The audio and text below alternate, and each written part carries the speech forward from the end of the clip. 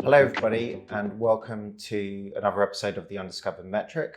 My name's Mark Debenham and today is a special episode as we're actually filming it from M+C Saatchi's lovely London office. Today I'm joined by my guest Amar Vyas. Amar is the Chief Data and Technology Officer at Fluency, which is part of M+C Saatchi consultancy. Amar's career has involved working with some of the biggest brands in the world: Amazon, Volkswagen, and even the UK government. Amar, thank you so much for joining today. Welcome to the pod. How are you feeling? Yeah, feeling great. Thanks for inviting me to join. So it's great to have you guys here at our offices, and yeah, looking forward to speaking. So Amar, I think a good place to start would be, it'd be really great to hear about your career today and what your role involves doing at the moment. Yeah, brilliant. So I think a lot of my role's been to do with building the bridge between creativity and technology and how data kind of flows through and is used. And very much when I first started out, it was about bringing and understanding audiences better. So, where our audience is, what are they doing, what do they want to see, how do we engage with them, and really kind of getting into that deeper level of audience kind of insight. And then moving more over probably the back end of my career, the last 10 years or so, has been more focused around consultancy. So very much how are we using data and tech strategies, how do we build systems, technologies, so not just kind of dashboards and data pipelines, but moving more into how do we create kind of decision-making engines for clients. So marketeers, commercial teams, they can make decisions based on data that they can rely on. Love that, yeah. So taking data and dashboards and actually using it to drive real impact across the business. Brilliant. What I think would be really useful for anyone who's not already familiar with Fluency is if you tell us a little bit about Fluency and how it operates in the space. Fluency is a data and technology consultancy. So we sit at the heart of our M+C Saatchi consulting division, which includes brands and businesses that do experience, brand strategy, UX, UI, and a whole host of other things. And data is really fundamentally important to that and making sure our clients are set up correctly.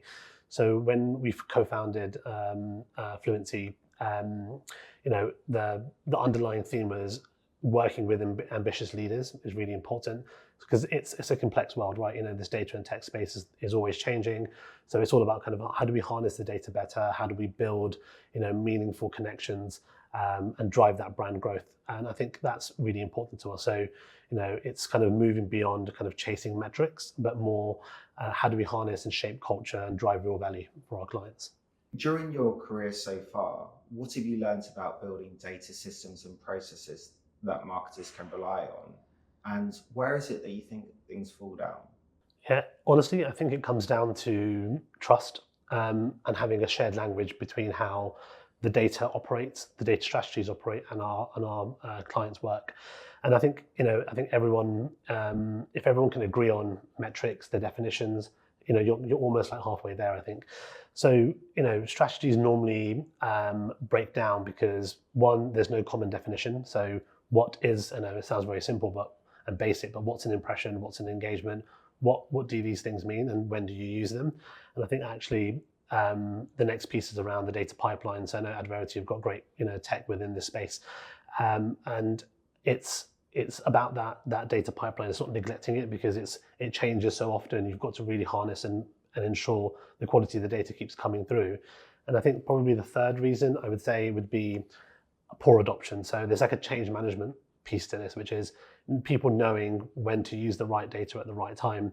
So if you can get the marketing systems being reliable, just as reliable as financial reporting tools, for example, it just means that the strategy that the marketers develop is sharper, the creativity is more impactful, and actually it helps, it allows creativity to exist as opposed to constraining it, which I think is really important. So Amar, I just want to follow up a bit more on what you mentioned there about working with others and building trust in your data. We did some research and we found that 45% of marketing data is either incomplete, inaccurate, or outdated. How do you see that play out in the real world, and where do you think the biggest gaps are? Yes, it's a brilliant question. I think if you're a marketeer, you feel it every day. I think whether that's time wasted, duplicated work, misalignment around numbers and what they mean and how to use them, and it just really slow decision making, I think is the thing. And we spend way more time actually wrangling with the data rather than actually driving actions from it. So I think if, as you said, the marketing data at times can be quite poor, and actually the way to manage that, what we found at least anyway, is we need to understand that marketing data decays. So it's not once you have it, that's it. You have to nurture the data. You've got to make sure that the data remains relevant and is accurate. So we know that things like identifiers change. We know that taxonomy shift. Social platforms change the way that they measure data. Quite recently, in the last few months, Meta, for example, shifted from impressions to views. And while that's a small change, it's calculated differently, and what it includes is different. And actually, those are the types of things where what do you do if you've got impression benchmarked and now you've got to move to a view benchmark, right? And it's these small things that actually play a big part in how that reliability around data works. So it's not a surprise that so many people feel that their data is inaccurate or feel their data is out of date. But I would even go a bit further and say, I think teams they react to these changes, and actually it sometimes feels like there's a plaster being put over some of the issues, so that someone fixes a file here or changes a tag here or changes something in silos. And actually what happens if you do that is you end up with this kind of drift. It's very silent, you don't notice it for a while, and then before you know it, you're like, oh, actually the data feels wrong, it doesn't feel right.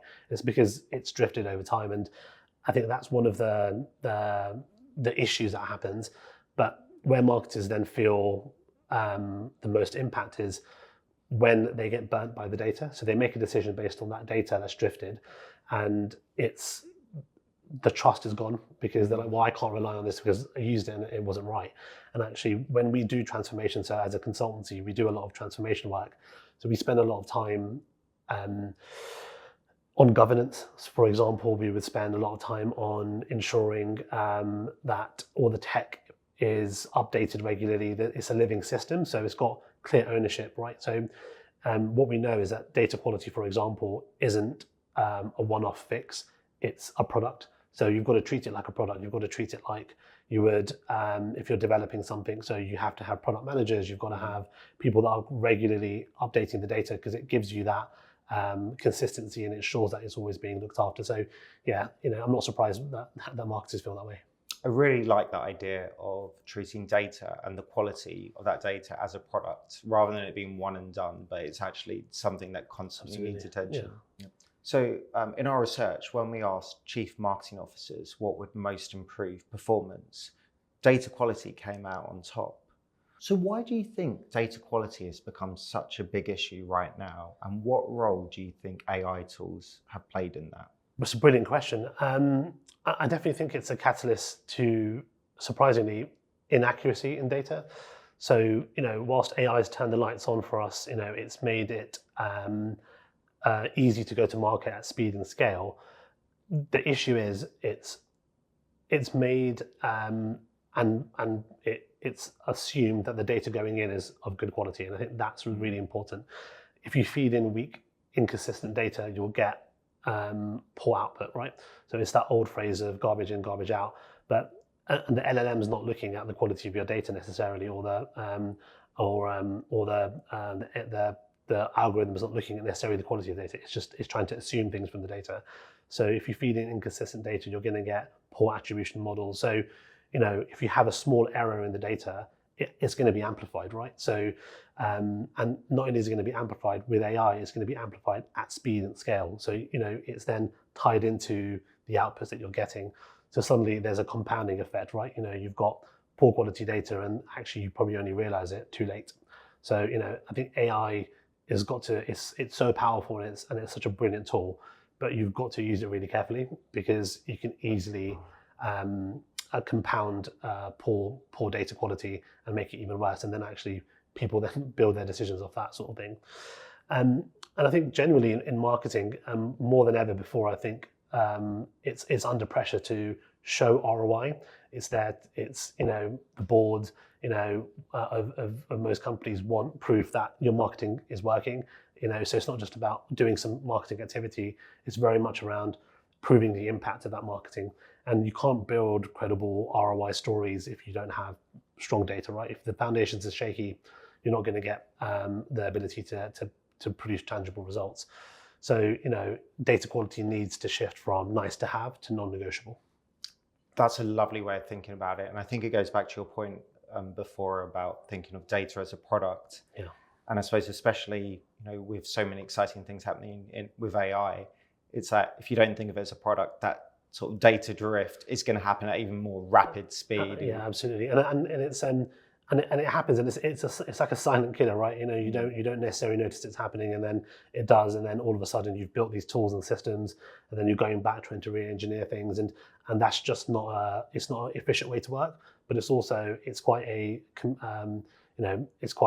old way to work, where you're just kind of waiting to be reactive to an issue, as opposed to constantly evolving, constantly measuring, and making sure the quality of that data is correct. So absolutely, data quality as a product is so important. Just going back to one of the things we spoke about earlier, with almost half of marketing data being incomplete, one stat that particularly jumped out in our research was that 85% of marketers say they trust their data, yet they admit that it's flawed. Why do you think that is? Firstly, I think that's an amazing statistic, and it just tells you that it's a survival instinct, right? Like if you've got timelines and teams are forced to deliver campaigns or output, and they just accept that things aren't perfect, right? And over time, I think it just becomes, this is just the way we do things. That data is just not accurate, and it's just not it's not going to get any better, or it's got issues with it, so we're just going to have to accept it the way it is. And actually, the danger, especially with AI now, is that, as you mentioned earlier, it amplifies everything. So if you normalize imperfect inputs, your models will confidently produce beautiful incorrect answers. So the models are confident, the AIs are confident, but like we said, if you don't put in the right information in, so actually it looks polished, people don't question it, but actually fundamentally there's errors, and there's the foundation is shaky, and that's quite a dangerous place, because you have to then use that information to make decisions, and actually it looks nice and it's polished well, but it's just not quite got that there. So you need to break that cycle. I think again, this is why a lot of our clients and a lot of the success that we've had as Fluency is where clients come to us talking about wanting to change that, to break that cycle, and it's a big deal for a client to make that step, to realize, oh, okay, look, we're not just going to do the status quo. We are going to go and try and fix this problem. And that's where we do big kind of change management projects, big transformation projects, because actually you have to put up with maybe a bit of short-term pain, or the initial way of working, until we get to that clean, governed data. We invest in things like adoption, right? So making sure everyone in the business understands what the limitations of the data are, because I think that's really important as well, because we spend a lot of time, as you said earlier, just almost just coming, letting go of the fact that the data's not going to be perfect. But if you know what data's limitations are, when to use the right data, actually that's when you get to the best place. And we mentioned it earlier, but treating data as a product. So having the right people in place, making sure that the structure's there, and then there's confidence, real confidence behind the data, because it has the quality. So both data being incomplete or inconsistent, those are two of the biggest issues behind data quality problems. Why do you think those two things are so hard to solve? I think it's hard because that data across completeness and consistency sits in lots of different places. So there isn't one owner. You've got CRM, you've got social platforms, you've got e-commerce systems, and so many more places where this data lives and this technology lives. And actually, no one owns the full picture. So, it fails when you can't understand or agree on what a conversion is or what an engagement is, versus over here, where you've got, data in lots of different places, lots of different stakeholders.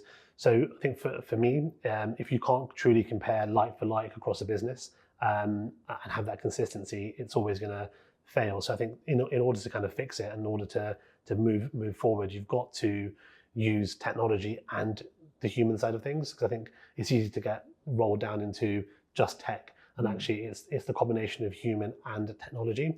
So building a single source system, having kind of automated kind of ingestion, and I think that's what you want. You want to be able to flag when there's issues. You want to understand when there's mismatches of data, and we can use the technology for that, right? But actually, the human side of things is more about having that shared definition, ensuring that you've got like data councils who are regularly checking to make sure that the way in which metrics are defined and how metrics are used are constantly being evaluated, regularly evaluated.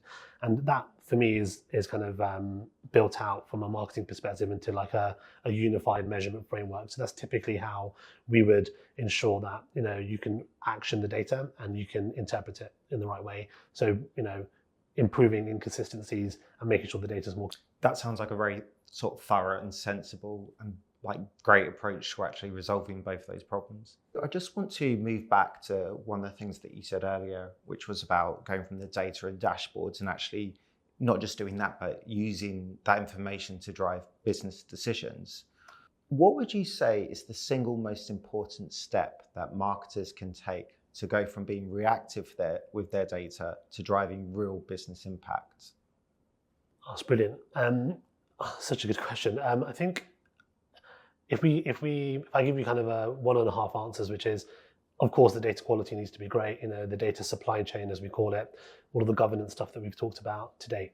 But actually, once you've got that data in a really good place, with kind of good quality, I think it's all about how do we add that human layer to things. So, analysts can confidently frame numbers in the right way with the right context. And at Fluency, one of the areas that we focus on quite a lot is the development of synthetic metrics. So this is the ability to create data from data.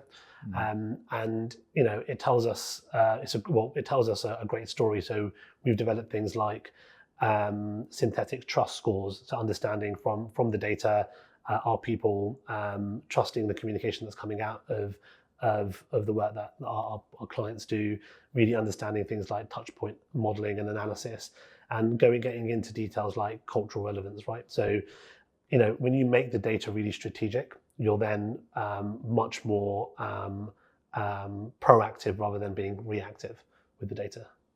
Love it. So just tying the data back to being strategic inherently. Yeah, absolutely. Because I think when what happens quite often is the data doesn't always tell the full picture. So either you've got to read between and have that kind of meta view of lots of different data inputs, or actually, as mentioned, you can create the synthetic views. So, for example, combining performance data of some social media analytics with some sentiment data, with some research, and actually all of a sudden you can start using AI to create these new metrics. So actually, aptly named podcast of the Undiscovered Metric, right? So it is exactly that. It's creating new things that actually give you a different lens on how to be more strategic. And then, as you said, it means you could be more proactive rather than reactive. Brilliant. And you've hit the nail on the head in terms of why we named the podcast this. In terms of like creating these synthetic, kind of synthetic data, like we always ask in every episode, like what data point is somebody making to actually gain that advantage? So some data everyone looks at, there's certain metrics that everyone tracks, but what would you say is an undervalued or undiscovered metric? Like what one would you pick above others? I'd probably say in the world of the fast-paced social sphere that we have, and the technology changes and cultural shifts, I think cultural resonance is really important. So, cultural resonance, cultural relevance, these are the types of things, because I think we get quite stuck into measuring what's the awareness, what's the consideration, and that we do that quite obsessively, I think. And actually, I think everyone's doing that, right? So you're not finding any differentiation or any kind of strategic advantage. So actually, whilst things like cultural relevance might seem a bit fluffy. Actually, you can quantify it. So there's lots of signals out there. So you've got things like share of conversation, you've got things like resonance with communities, you've got earned advocacy. And actually a big part of how we do that and how we derive that is through building synthetic metrics and using AI actually to do things at scale, because that's the difference, right?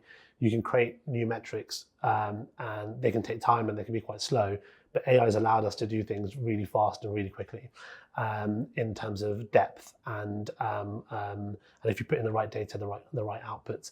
So I think on top of things like cultural relevance and cultural resonance, I think you've got things like trust, which is really important. Understanding how you're shifting people's opinions is again really important. I think if you can track that stuff in the short term and the longer term, it gives us quite hard KPIs that are tied to commercial outcomes, which I think now is more important than ever.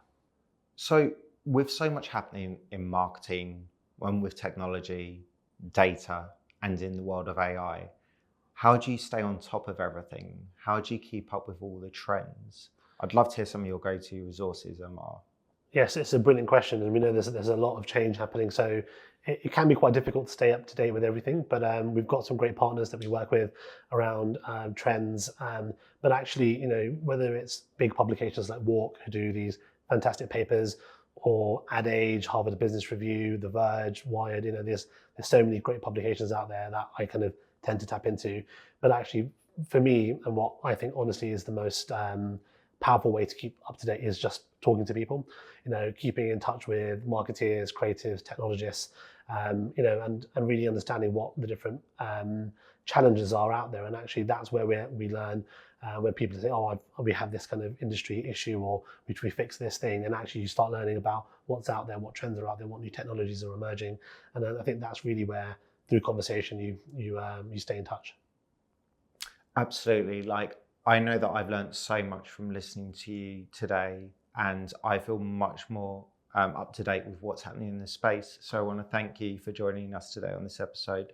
Pleasure to be here. Thank you.